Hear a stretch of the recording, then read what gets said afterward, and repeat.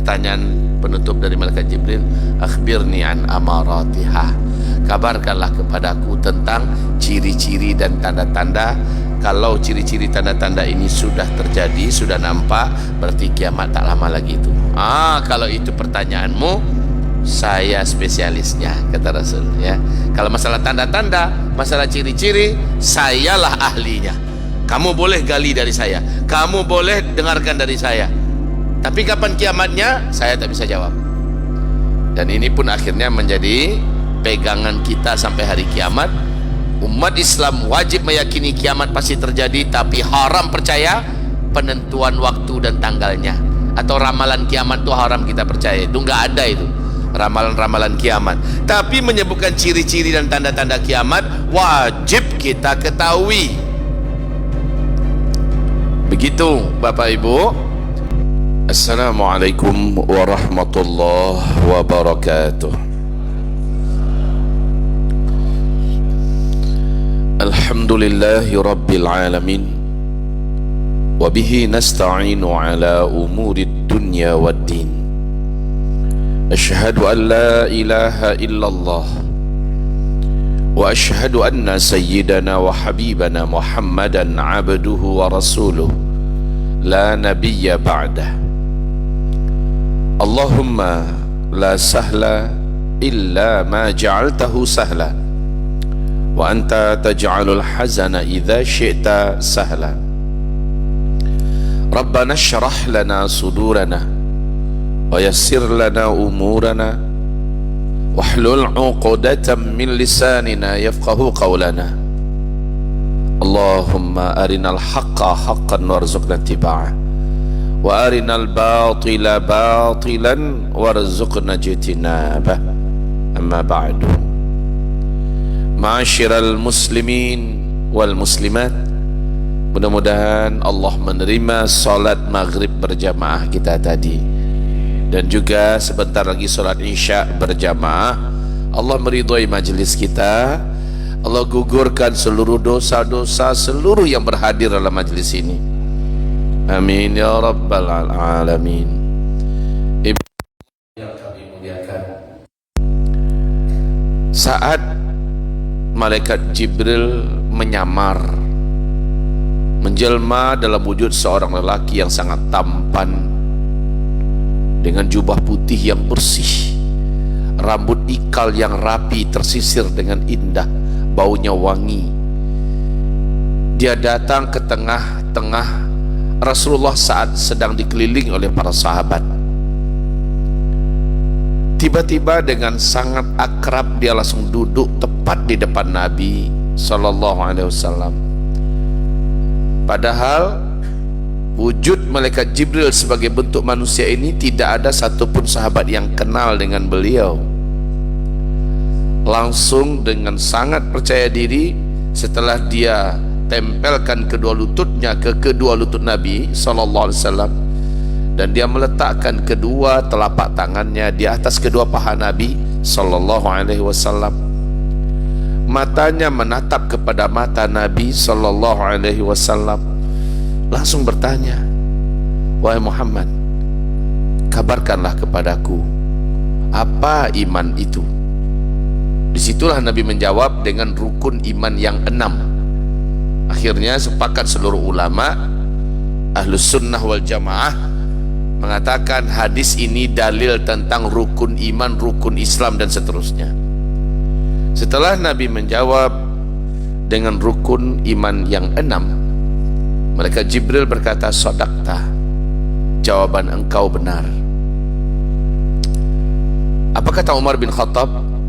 Kami merasa heran dengan orang ini, karena sahabat-sahabat tak tahu ya kalau ini adalah malaikat. Kami merasa heran dengan orang ini. Dia yang datang, dia yang bertanya, dijawab Nabi, dia pula yang membenarkan. Apa maunya orang ini? Siapa sebenarnya orang ini?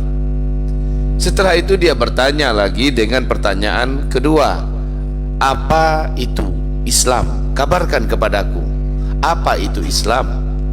Maka Nabi pun menjawab dengan rukun Islam yang 5. Setelah Nabi menjawab sekali lagi, dia berkata, "Shadaqta, yang ini juga benar. Terus dia bertanya, apa itu ihsan? Maka Nabi menjawab, ihsan itu adalah an ta'budallah ka'annaka tarah.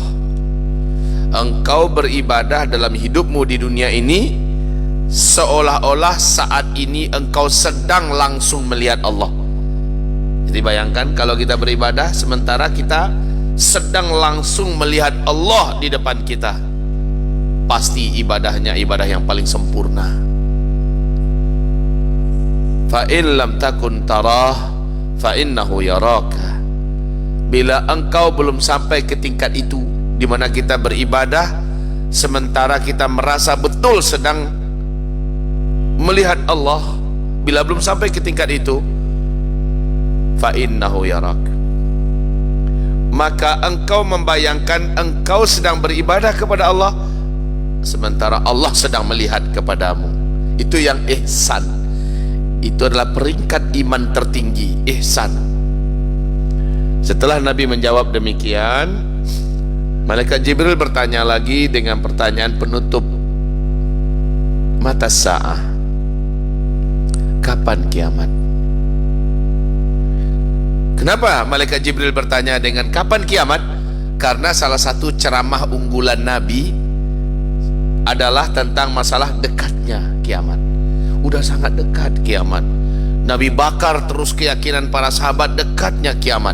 Nabi ceritakan berbagai hal yang terjadi tentang kiamat, sehingga para sahabat itu sangat yakin bahwa kiamat akan terjadi di masa mereka. Sangat yakin. Dan ini dampaknya positif bagi para sahabat, karena keyakinan mereka yang penuh dan bulat bahwa kiamat itu tak lama lagi, positif sekali. Mereka seluruhnya saling berpacu berlomba-lomba memenangkan dunia untuk mendapatkan akhirat. Mereka ingin menangkan dunia ini untuk mendapatkan akhirat. Dampaknya hebat, Pak. Agama Allah begitu melaju dengan cepat karena seluruh sahabat full energy, ya, totality. Mereka memenangkan, memperjuangkan agama ini dengan segala yang mereka punya, dengan segala yang mereka dapatkan di dunia. Sebab apa? Sebab mereka yakin gak lama lagi kiamat. Dampaknya positif sekali. Dunia tidak mereka telantarkan, mereka cari sekuat-kuatnya, tapi mereka dorong dengan dunia yang ada di tangan mereka, agama Allah ini, sehingga cepat sekali melajunya. Apapun yang dibuat untuk agama Allah cepat selesainya. Maka kemenangan agama Allah di masa Rasul dan para sahabat sebentar saja, Pak. Akhirnya 2/3 dunia masuk dalam kekuasaan Islam. Luar biasa.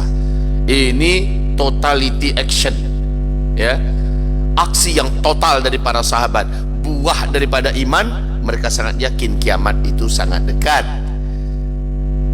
Bukan negatif, ya, bukan negatif meyakini kiamat sangat dekat lalu mereka pesimis menjalani hidup, nggak bergairah menjalani hidup. Bukan begitu. Mereka justru kebalikannya, sangat bergairah untuk menjalani hidup, tapi mereka ingin menjadi orang yang paling mahal nilainya di mata Allah dan paling tinggi tempatnya nanti di sisi Allah di hari kiamat. Dan itu tempat pertandingannya di dunia. Begitu. Masalahnya sekarang, setelah seluruh sahabat dan seperti itu karakternya, yakin kiamat sangat dekat di masa mereka, ya. Masalahnya sekarang, sahabat itu tidak ada yang satupun yang berani, atau belum ada satupun yang tahu kapan kiamat itu. Maka malaikat datang seolah-olah mewakili para sahabat semua, bertanya langsung pada Rasul, mata, kapan? When exactly? Pastinya itu kapan? Di sini kejujuran Nabi nampak sangat jelas. Qala, Nabi menjawab, mal mas'ulu anha bi'a'lama minas sa'il. Untuk pertanyaan yang ini saya mohon maaf, mungkin yang bertanya lebih tahu daripada saya. Saya nggak tahu, ya, saya nggak tahu. Ini kata Nabi Muhammad. Udah, ini udah menunjukkan siapa sejatinya Nabi. Beliau kalau pembohong, apalagi ditanyai di depan murid-muridnya, beliau pasti akan sembarang jawab. Tapi beliau tidak mau sembarangan jawab, karena ini adalah amanah. Maka jawab beliau adalah, saya tak tahu, mungkin yang bertanya lebih tahu daripada saya. Dah, setelah itu barulah pertanyaan penutup dari malaikat Jibril, akhbirni an amaratiha, kabarkanlah kepadaku tentang ciri-ciri dan tanda-tanda. Kalau ciri-ciri tanda-tanda ini sudah terjadi, sudah nampak, berarti kiamat tak lama lagi itu. Kalau itu pertanyaanmu, saya spesialisnya, kata Rasul, ya. Kalau masalah tanda-tanda, masalah ciri-ciri, sayalah ahlinya. Kamu boleh gali dari saya, kamu boleh dengarkan dari saya, tapi kapan kiamatnya, saya tak bisa jawab. Dan ini pun akhirnya menjadi pegangan kita sampai hari kiamat. Umat Islam wajib meyakini kiamat pasti terjadi, tapi haram percaya penentuan waktu dan tanggalnya. Atau ramalan kiamat itu haram kita percaya. Itu enggak ada itu, ramalan-ramalan kiamat. Tapi menyebutkan ciri-ciri dan tanda-tanda kiamat wajib kita ketahui. Begitu Bapak Ibu. Nah sekarang hamba-hamba Allah yang kami muliakan, ada berapa tadi pertanyaan malaikat Jibril, Pak? Ada berapa kelompok tadi? 4 ya. Pertama tentang iman, yang kedua tentang Islam, yang ketiga tentang ihsan, yang keempat tentang tanda-tanda. Jadi ilmu tentang tanda-tanda kiamat. Nah, para ulama salafus saleh dari hadis ini mereka menetapkan arkanuddin arba'ah.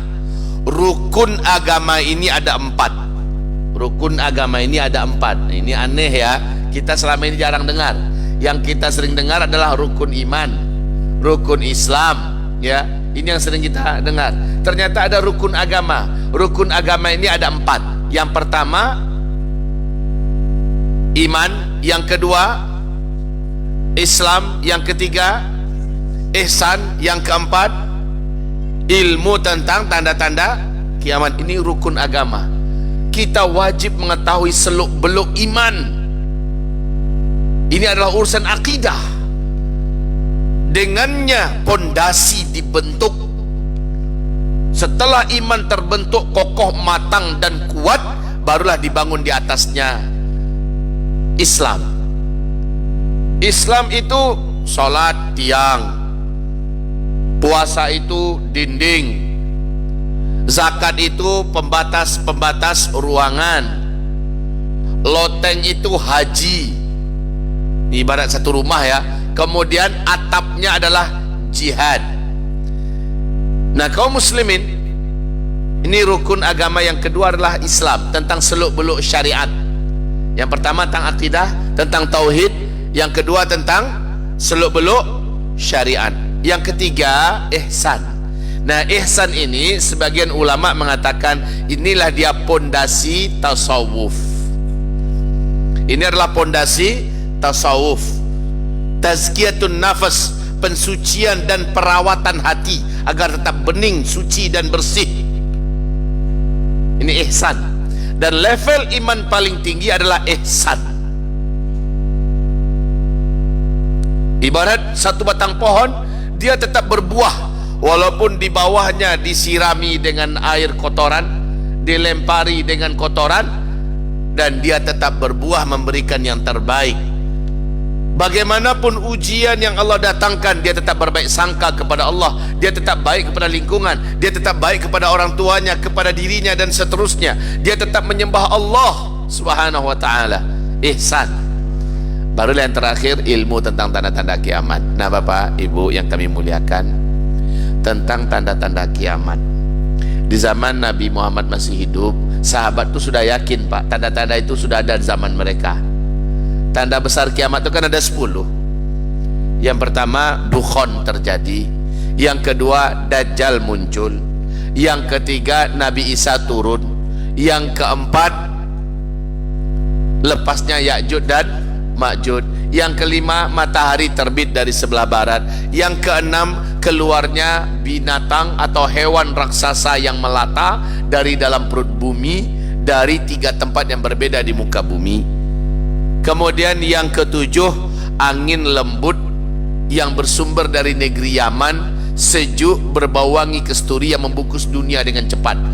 Disitulah seluruh orang beriman dari umat Nabi Muhammad yang ada di muka bumi ini, ketika angin lembut itu menyentuh dan terhirup oleh orang beriman, dia langsung tergeletak meninggal dunia. Serentak seluruh orang beriman dari umat Nabi Muhammad meninggal dunia. Sejak terjadinya tanda besar kiamat yang ketujuh, sudah tak ada lagi orang Islam di dunia. Yang menyusul tanda besar kiamat yang ke-8, ke-9, ke-10, sudah bukan lagi orang yang kenal dengan Allah, bukan lagi orang yang beriman. Semuanya bukan orang yang kenal dengan Allah. Kata Rasul, satu atau dua generasi setelah itu barulah kiamat besar, kehancuran alam semesta. Nah, kaum muslimin, 10 tanda besar kiamat, 1 dan 2 oleh para sahabat mereka katakan sudah muncul di zaman mereka.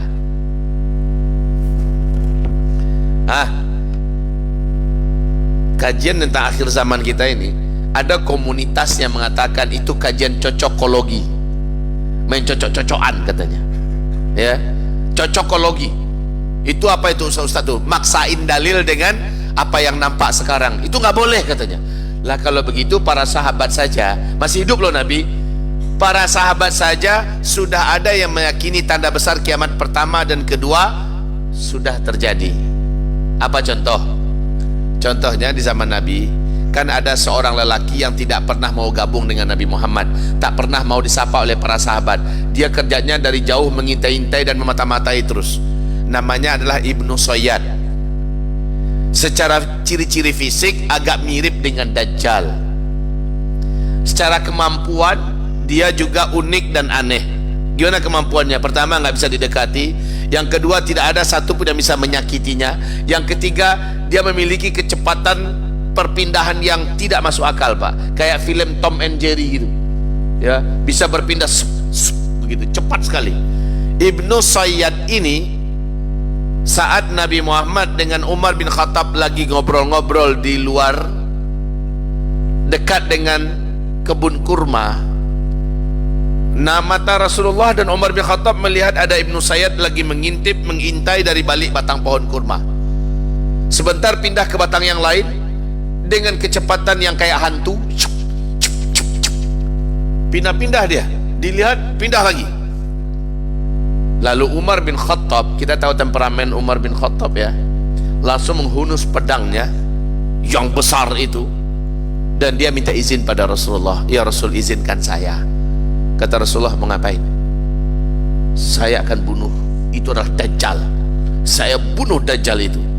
Nah, wahai Bapak Ibu, coba lihat sekelas Umar saja yang tingkat kecerdasannya, kata Nabi, kalau ada orang yang berhak lagi menjadi Nabi setelahku, Umar yang paling berhak menjadi Nabi. Saking cerdasnya dia, analisanya tepat, perhitungannya mantap, kebijaksanaannya tingkat level 1, ya. Sekarang dia yakin Ibnu Sayyad itu adalah Dajjal, padahal Dajjal itu tanda besar kiamat nomor 2. Apakah Nabi membantah keyakinan Umar ini? Tidak. Nabi hanya bilang begini kepada Umar, kalau dia memang adalah Dajjal, maka pasti kamu tak bisa menandinginya. Dia bukan lawan kamu, bukan kamu orang yang bisa mengalahkannya. Tapi kalau dia bukan Dajjal, akhirnya kamu bisa membunuhnya, apa guna kamu bunuh orang gak karuan? Itu kata Rasulullah. Coba Pak ya, Rasulullah tidak main patah arangkan gitu, enggak. Umar, Dajjal itu nanti di akhir zaman, bukan sekarang. Enggak kayak gitu bahasa Nabi. Tapi Nabi berkata, kalau dia Dajjal kamu tak bisa melawannya. Kalau dia bukan Dajjal, untuk apa kamu bunuh orang tanpa alasan? Dan ini menjadikan Umar bin Khattab, saat Nabi sudah meninggal, Abu Bakar sudah meninggal, Umar juga akan meninggal. Hari-hari menjelang meninggalnya, Umar masih bersumpah, demi Allah saya sangat yakin Ibnu Sayyad itu adalah Dajjal. Dajjal itu tanda besar kiamat yang kedua. Dan keyakinan Umar ini juga diyakini oleh Bunda Aisyah. Bunda Aisyah juga sangat yakin dan percaya bahwa Ibnu Sayyad adalah Dajjal. Bunda Sofiyah juga sangat yakin Ibnu Sayyad adalah Dajjal. Ubay bin Ka'ab Tidak sedikit para sahabat yang yakin bahwa itu adalah Dajjal. Baik, ini kalau kita lihat Pak, bagaimana ilmu cocokologi yang dikatakan oleh komunitas zaman sekarang menyamakan hadis dengan apa yang nampak, itu nggak boleh. Bukankah tugas ketika disampaikan tanda-tanda akhir zaman, lalu kita mencoba mencocokkan, ini mirip dengan hadis, kayaknya inilah dia, boleh. Kenapa begitu? Ini kelas sahabat loh. Tidak sedikit para sahabat yang mencocok-cocokkan Ibnu Sayyad dengan hadis tentang Dajjal. Itu contoh. Kalau ini tak boleh, tentulah Nabi akan mengatakan, sesat engkau wahai Umar, nggak boleh kamu kayak gitu. Pasti Nabi akan luruskan Pak. Berarti itu boleh mencocok-cocokkan. Contoh yang kedua, Dukhon. Dukhon tanda besar kiamat yang keberapa tadi? Pertama, yaitu hantaman meteor dari ruang angkasa yang menabrak bumi dan akhirnya menimbulkan dukhon. Dukhon adalah kabut debu yang bersatu dengan asap teramat sangat tebal membungkus bumi sehingga bumi gelap gulita segelap-gelapnya selama 40 hari 40 malam. Itu dukhon. Orang tak bisa lagi membedakan kapan siang dan kapan malam. Orang tak bisa menentukan waktu-waktu sholat, saking tebalnya dukhon itu. Tetapi di zaman Nabi Muhammad, Abdullah ibnu Abbas, ini sahabat Nabi, sahabat junior ya, Abdullah ibnu Abbas, beliau ketika mendengar berita bahwa ada pecahan batu bintang atau meteorit ya, yang sedang melesat, meteor asteroid menuju bumi, saat itu dia berkata, di pagi harinya dia berkata, saudara-saudara, murid-muridku sekalian, semalaman suntuk saya tak bisa tidur. Kenapa? Kata murid-muridnya kepada Ibnu Abbas, karena kemarin sudah ada meteor melesat menuju bumi. Saya pikir malam itu dan hari ini kita akan mulai menjalani dukhon hari pertama. Coba lihat Bapak, sekelas sahabat Ibnu Abbas yang keilmuannya tidak perlu diragukan lagi, beliau melihat adanya perkiraan hadis Nabi tentang dukhon dengan fenomena alam yang nampak, lalu dicocokkan, dia menyangka itulah yang akan menjadi dukhon. Dan itu tidak ada yang menyalahkan. Semalaman suntuk dia tak bisa tidur. Ngapain beliau? Istighfar, berdoa, menangis, mohon perlindungan, keselamatan kepada Allah Subhanahu wa taala. Berarti mencocokkan hadis tanda-tanda akhir zaman dengan fenomena alam yang nampak tentang akhir zaman boleh. Ini adalah amalan para salafus saleh. Maka kelompok komunitas yang mengatakan cocokologi, mereka sebenarnya sudah menentang karakter keyakinan generasi yang termulia yang diciptakan Nabi Muhammad sallallahu alaihi wasallam. Begitu ya Pak. Nah, permasalahan sekarang yang mau saya giring kepada Bapak Ibu semua, ternyata semua tanda-tanda yang Nabi ceritakan tentang akhir zaman itu sebagian kecil baru yang terjadi di zaman para sahabat. Walaupun begitu, para sahabat sudah sangat yakin kiamatnya terjadinya di zaman mereka, lalu berbuah kepada hebatnya amalan mereka. Mereka kalau diajak berinfak Pak, enggak tanggung-tanggung. Kalau dipanggil oleh Rasulullah, ayo Bapak Ibu, sekarang kita kumpulkan harta kita, enggak tanggung-tanggung mereka. Bapak dengar bagaimana Utsman bin Affan, 10.000 pasukan yang dikirimkan untuk berperang, donatur utamanya beliau Pak. Mulai dari kendaraan perang, perlengkapan perang, persenjataan, ya Allah, amunisinya, Utsman bin Affan. Allah. Mungkin Bapak Ibu mendengar bagaimana para sahabat ketika diundang oleh Rasulullah, mari kita berinfak sekarang untuk agama Allah. Apa kata Sa'ad bin Abi Waqqas, saya menginfakkan sepersekian persen harta saya. 1/4. Datang Utsman bin Affan, saya 1/3 dari total harta saya infakkan. 1/3 Pak, 1/3. Datang Umar bin Khattab, saya 1/2 dari harta saya.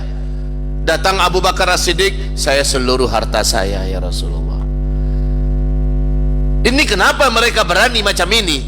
Karena mereka sangat yakin udah mau kiamat kok. Ya, udah mau kiamat. Buat apa saya nahan-nahan? Yang saya cari harus saya bawa. Yang saya kumpulkan harus jadi milik saya. Kan begitu Pak ya? Yang saya kumpulkan harus jadi milik saya. Maaf ya Pak ya, Bu, selama ini Bapak Ibu tertipu oleh rayuan setan. Kita pikir yang kita cari, kita kumpulkan jadi milik kita. Udah kita belikan tanah, kita bangunkan rumah, kita belikan mobil, kita tambah aset usaha kita kembangkan, kita perluas, kita isi terus rekening kita pikir itu milik kita. Mati kita. Betul tidak? Mati kita. Jadi milik siapa jadinya? Berarti milik orang yang selama ini kita pelihara. Yang nyari kita, yang punya orang. Awas, ini hakikat loh ya. Yang nyari kita yang punya orang. Makanya dalam hadis Sahih Bukhari dan Muslim, Rasul bertanya kepada para sahabat. Saudara-saudara, siapakah di antara kalian? Jawab ya, kata Rasul. Saudara-saudara, siapakah di antara kalian yang lebih mencintai harta milik dirinya atau lebih mencintai harta milik orang lain? Ayyukum yuhibbu malahu au mala ghairihi. Siapa di antara kalian yang lebih mencintai harta miliknya sendiri atau harta orang lain yang ada di tangannya? Maka spontan para sahabat menjawab, maluna ahabbu ilaina min mali ghairina. Tentulah harta milik kami lebih kami cintai ya Rasulullah daripada harta orang lain yang saat ini sedang ada di tangan kami. Itu jawaban yang normal kan? Normal jawabannya begitu. Maka kata Rasulullah, maluka ma qaddamta wa malu ghairika ma akharta. Yang hartamu adalah yang sempat engkau kirimkan duluan sebelum engkau yang menyusul. Kirimkan duluan sebelum kita yang berangkat, kita berangkatkan dulu harta kita. Itu yang hartamu, kata Rasulullah. Wa malu ghairika ma akharta. Adapun harta orang lain yang engkau mencarinya, engkau yang memeliharanya, engkau yang merawat, menumbuh kembangkannya, lalu engkau tinggalkan dia, maka itu harta orang lain. Dia dinikmati oleh orang lain. Yang dihisab kita, yang ditanya oleh Allah adalah kita. Sementara yang menikmatinya orang lain, itu harta orang lain. Maka mendengarkan motivasi macam ini dari Rasulullah Sallallahu Alaihi Wasallam, akhirnya para sahabat sadar betul ini. Maka sampai-sampai hampir saja di antara mereka ada yang kebablasan, ada yang sakit. Sementara dia punya harta lumayan banyak. Dia punya anak gadis kecil perempuan, satu orang saja. Ketika Rasul datang kepadanya, ini kalau tak salah namanya Sa'ad bin Abi Waqqas atau Amr bin al-As, saya lupa nih di antara dua ini. Ketika Rasulullah datang kepadanya, gimana keadaanmu? Kata Rasul, ya Rasul, laqad balaghanyal waja'u ma balagh. Telah sampai kepada saya sakit ini ke puncaknya ya Rasulullah. Mungkin saja saya tak lama lagi ini. Lalu kata Rasul, ya Rasulullah, boleh enggak saya berwasiat, saya ingin sedekahkan seluruh harta saya untuk agama Allah. Jadi sebelum beliau meninggal, beliau ingin kirim dulu harta pencariannya sebelum dia yang menyusul. Boleh enggak ya Rasul? Seluruhnya. Kata Rasul, kamu punya anak kan? Iya, masih kecil. Iya ya Rasulullah. Tak boleh seluruhnya, kata Nabi. Kalau begitu setengahnya ya Rasul. Tidak boleh, itu masih banyak. Kalau sepertiganya ya Rasulullah, itu maksimal, kata Rasul. Boleh kamu berangkatkan hartamu sebelum engkau sepertiganya. Wasiatkan untuk disedekahkan, diwakafkan. Sepertiga karena dia masih punya anak kecil. Tapi wahai bapak ibu, ketika ada sahabat yang anaknya udah pada jadi, udah pada berumah tangga, udah pada menikah, udah punya kerjaan, maka pencariannya dia bawa untuk dirinya sendiri. Dia pakai, dan dia habiskan untuk dirinya sendiri. Inilah sahabat yang berani, seluruh hartaku ya Rasulullah, begitu. Karena anak-anaknya udah pada jadi. Ala biman jadilah berumah tangga saudaranya. Masalah anaknya kaya sudah bersuami ya, atau anaknya miskin tapi sudah berumah tangga dan beristri, itu urusan mereka pula. Carilah rezeki oleh kalian sendiri. Pencarian saya harus saya nikmati.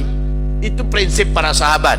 Kenapa? Sekali lagi, mereka yakin sudah sangat dekat kehancuran alam semesta ini. Jadi apa yang mereka cari harus mereka dapatkan. Ini Pak. Nah, tentang bahwa waktu kita dari tanda-tanda akhir zaman itu ternyata sudah sangat dekat, sangat dekat. Itu nampak seluruhnya di zaman kita. Bapak Ibu boleh bertanya kepada saya malam hari ini, mana yang tidak ada tanda akhir zamannya? Semuanya tanda akhir zaman. Hah? Bapak Ibu, di masjid kita ini sudah pernah ada pengajian tentang akhir zaman? Sudah. Siapa yang menyampaikan? Ustaz Rahmat Baikuni. Beliau membahasnya dari awal apa tidak? Enggak ya. Jangan-jangan beliau pembahasannya konspirasi akhir zaman. Saya khawatirnya beliau langsung membahas masalah di pembahasan yang sifatnya sudah cabang-cabang, enggak yang dari asal, enggak yang dari pondasi. Mestinya disampaikan dari pondasi karena itu pembahasan pertama, ya kan? Kalau pembahasan pertama baru diuraikan dari pondasi. Nah sekarang Bapak Ibu, saya menyampaikan dari pondasi tapi belum mulai. Ini baru pengantar, malah baru bertanya saya, udah apa belum?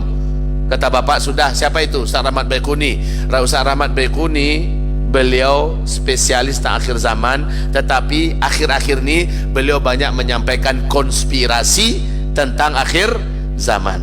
Dan ini belum akan menumbuhkan pondasi yang kokoh. Sementara seharusnya penyampaian pertama kepada Bapak Ibu adalah pondasi tentang tanda-tanda akhir zaman.